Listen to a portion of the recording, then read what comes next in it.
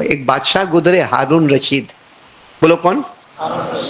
بہت اچھا واقعہ ہے, سننے جیسا واقعہ ہے.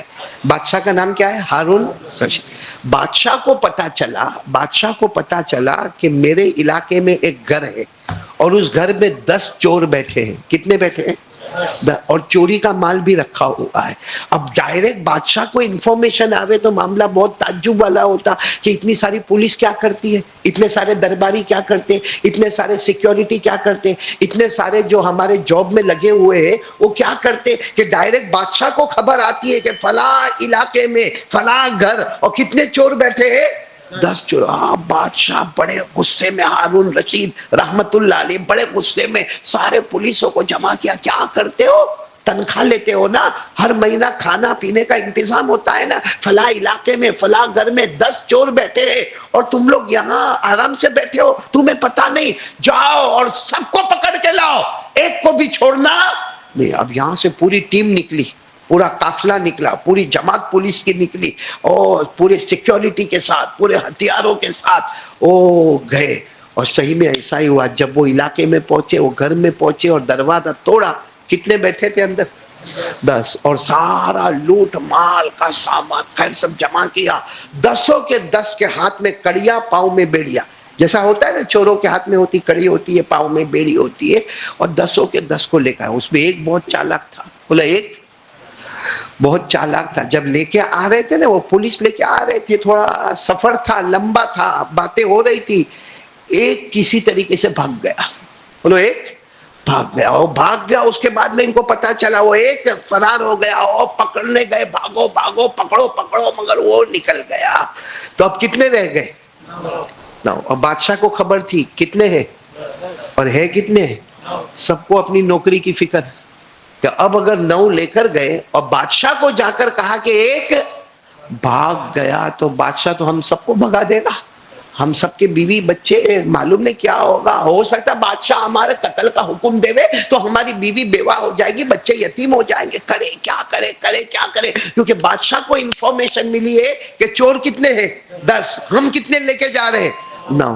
تو انہوں نے یوں دیکھا, ایک کھیت کے اندر بیچارہ کوئی غریب آدمی وہ کھیتی کر رہا تھا, بہت غریب آدمی, اس کے بدن پہ پورے کپڑے بھی نہیں, یہاں سے یہاں تک کے کپڑے پہنا اور بیچارہ کھیتی کر رہا ہے, اس کو کچھ نہیں معلوم کہ دنیا میں کیا ہے کیا نہیں. کہا لے لو اس کو, کیونکہ اپنے کو تو ٹوٹل پورا کرنا ہے 10 کا. اس کو پکڑا, کہا چور نالائق کمبخت آؤ, ہاتھوں میں کڑیا, پاؤں میں بیڑیا. وہ حیران, کیا ہوا کیا؟ میں تو میری کھیتی کر رہا ہوں, میری بیوی وہ دوسرے گاؤں میں رہتی ہے, میرے بچے رہتے, میرے کھانے پینے کے لالے. کہا نہیں, بادشاہ کے سامنے بتانے کا, اتنی چوری کیا, اتنا یہ کیا, اتنا ویسا کیا, اتنا. کہا میں نے کبھی چوری کے بارے میں سوچا نہیں, اگر سوچا ہوتا تو یہاں مزدوری کائے کو کرتا, یہاں کھیت میں اپنے آپ کو کائے کو کھپاتا. کہا تو نے کیا ہے, تو چور ہے. آج کل بھی وہی زبردستی والا معاملہ چلتا ہے, اور زبردستی اس کو پکڑا. اب سیدھے ہارون رشید نے پوچھا کتنے ہیں, تو کہا 10. گینا 1 2 3 4 5 6 7 8 9 10. جب اس کی طرف ہارون رشید آئے نا, تو کہا بادشاہ میری بات سنو, میں چور نہیں ہوں, میں تو کھیتی کر رہا تھا, میں تو کھیت میں اپنا کام کر رہا تھا. ان لوگوں نے بادشاہ نے کہا مجھے کچھ نہیں سننا ہے, ڈائریکٹ انفارمیشن آئی ہے کہ 10 چور ہیں, سب کو جیل میں بند کرو. اور وہ بیچارے کو بھی لے گئے, 10 کو کہاں لے گئے؟ جیل میں لے گئے. اچھا جیل میں رہے 1 آدھ مہینہ, کہاں رہے؟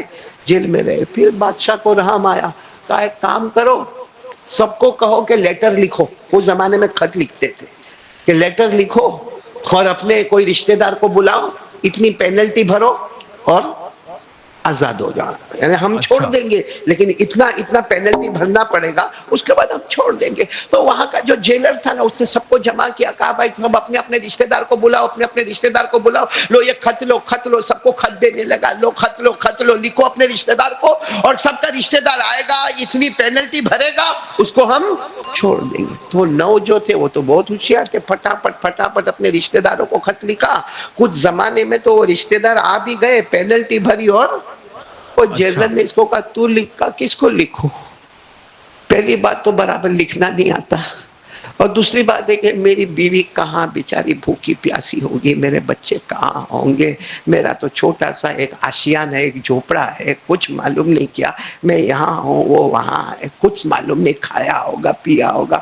تو جیلر نے کہا اندر ہی پڑا رہے گا، وہ جو شرطا تھا جیلر کا اندر ہی پڑا رہے گا، کیونکہ بادشاہ نے شرط رکھی اور وہ کچھ بھی سننا نہیں چاہتا۔ ہارون رشید بادشاہ نے شرط رکھی ہے، رشتہ دار آوے پینلٹی بھرے اور جائے۔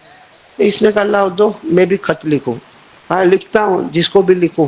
اس نے خط لکھا نا تو شروع کس سے کیا معلوم؟ من العبد الذلیل الی الرب الجلیل۔ پہلا جملہ لکھا، ایک گنہگار بندہ خط لکھ رہا ہے، کس کو لکھ رہا ہے؟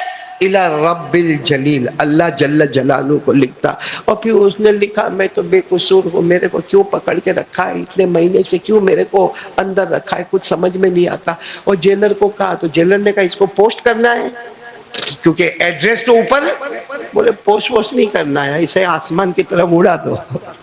تو جیلر ہنسنے لگا، یہ اڑائیں گے تو وہ زمین پہ جائے گا، میں اڑائیں گے تو زمین پہ جائے گا، تیرا کام اڑانا ہے اڑا دینا، باقی جو ہوگا سو ہوگا۔ وہ جیلر نے اڑا دیا، صبح کا وقت تھا، فجر کے بعد کا وقت تھا، وہ جیلر نے ایسے ہی ہوا میں پھینک دیا۔ وہاں ہارون رشید بادشاہ سوئے ہیں، خواب میں جناب نبی کریم صلی اللہ علیہ وسلم آئے اور ہمارے نبی نے فرمایا ہارون رشید اٹھ جا، جیل کی طرف جا اور اس نام کے شخص کو وہاں سے ہٹا اور اس کو انعاموں سے نوازنا، اور اگر تو ذرہ بھی اس پر ناراض ہوا تو میں قیامت میں تیری سفارش نہیں کروں گا۔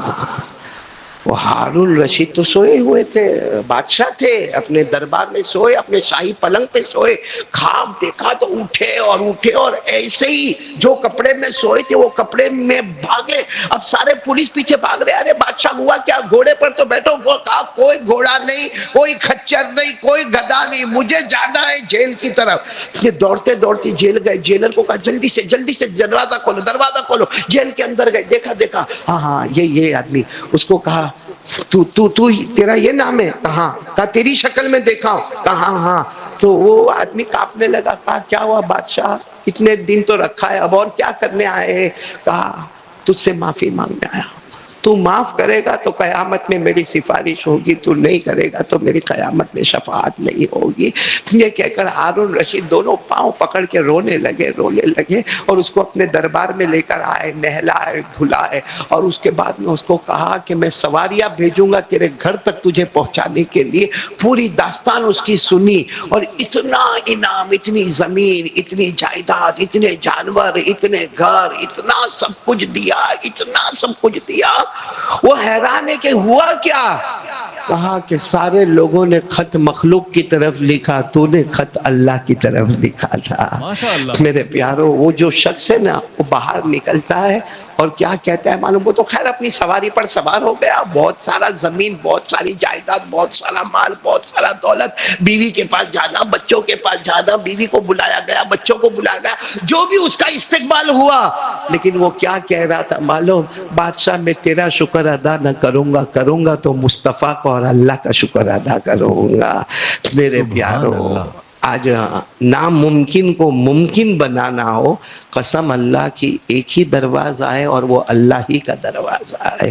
تو کون تیار ہے؟ آج پہلی بات کو مضبوط کر لو، بولو کرنے دھرنے والا کون؟ آواز نہیں آ رہی آپ کی، ذرا پیار محبت سے کہو، کرنے دھرنے والا کون؟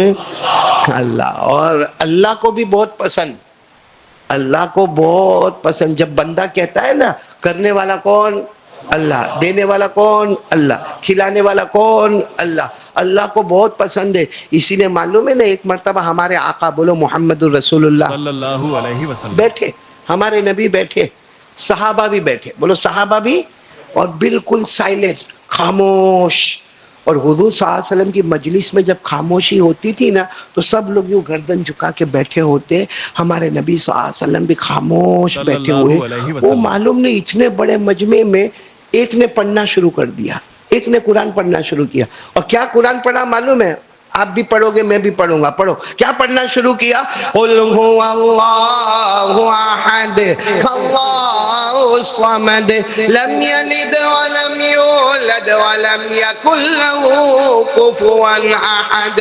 اب انہوں نے جیسے پڑھا، اب اتنے خاموش مجمع میں آواز آئی تو ہمارے آقا صلی اللہ علیہ وسلم نے ایسے چہرے انور اٹھایا اور پوچھا میں یقرا، کون پڑھ رہا ہے؟ کون پڑھ رہا ہے؟ تو وہ کھڑے ہو گئے، کہا میں اللہ کے رسول میں پڑھ رہا ہوں، اور آپ کو تکلیف ہوئی تو معاف کرنا. ہمارے نبی نے فرمایا ادھر آؤ. قریب آئے، آ کر کہا اللہ کے رسول میں نے پڑھا. ہمارے نبی نے فرمایا کیوں پڑھا؟ کیوں پڑھا؟ کہا آپ بیٹھے ہیں، مجمع بیٹھا ہے، مجھے اللہ کی توحید آ گئی. میں نے وہ سورت پڑھی جس میں اللہ نے اپنے کلمے کو جمع کر کے سمندر بنا دیا ہے. میں نے وہ سورت پڑھی جس میں اللہ کی توحید، اللہ کی وحدانیت، اللہ کی قدرت، اللہ کی طاقت. پڑھو نا، قل هو اللہ احد اللہ الصمد لم یلد ولم یولد ولم یکن له کفوا احد. اللہ تبارک و تعالیٰ فرماتے قل، میرے نبی اعلان کر دو، هو اللہ احد. پورا مجمع بولے ہم سب کا اللہ ایک، اللہ الصمد، اللہ کسی کا محتاج نہیں، اللہ کو کسی کے سہارے کی ضرورت نہیں. لم یلد ولم یولد، نہ جنے نہ جنے گئے، اللہ کسی کے ابا بھی نہ بنے، کسی کے بیٹے بھی نہ بنے. ولم یکن له کفوا احد، اللہ کی قسم اللہ کی طرح کوئی معبود نہیں. بولو نا ہم سب کا پیدا کرنے والا کون؟ اللہ. تو وہ صحابی قریب آئے، ہمارے نبی نے فرمایا تم نے پڑھا؟ کہا اس لیے پڑھا اللہ کی توحید یاد آ گئی، اللہ کی قدرت یاد آ گئی، اللہ کی طاقت یاد آ گئی. اور اس صورت میں اللہ نے ایک سمندر ہے توحید کا جس کو اللہ نے یہ صورت میں جمع کر دیا ہے. ہمارے نبی نے فرمایا جا مل گیا، وجبت، جاؤ تم کو مل گیا. تو وہ حیران ہو گئے کہ کیا ملا اللہ کے رسول، کیا ملا کیا؟ کیونکہ ایک تو ایک ٹینشن والا ماحول بن گیا، اور ہمارے نبی کہتے ہیں وجبت، جاؤ تم کو مل گیا. وہ کہنے لگے اللہ کے رسول میرے ماں باپ آپ پر قربان، کیا ملا؟ کہا تو نے قل واللہ احد شروع کی، ختم کرنے سے پہلے اللہ نے تیرے لیے جنت کو واجب کر دیا. وجبت لک الجنہ، اللہ نے تیرے لیے جنت کو واجب کر دیا. معلوم ہوا کوئی یقین کے ساتھ ایک بار قل واللہ احد پڑھے اللہ اس کے لیے جنت کو واجب کر دیتا ہے. لیکن یقین ہونا ہے، کرنے دھرنے والا کون؟ اس لیے میں اکثر کہتا ہوں مانگنا ہو تو کس سے مانگنے کا؟ ادھر ادھر شکوہ شکایت کمپلین، ارے بولو نا، کرنے کی ضرورت جو ہوا، جو ہو رہا ہے، کیا ہوگا نہیں معلوم. کرنے والا کون؟ آواز سے بولو، کرنے دھرنے والا کون؟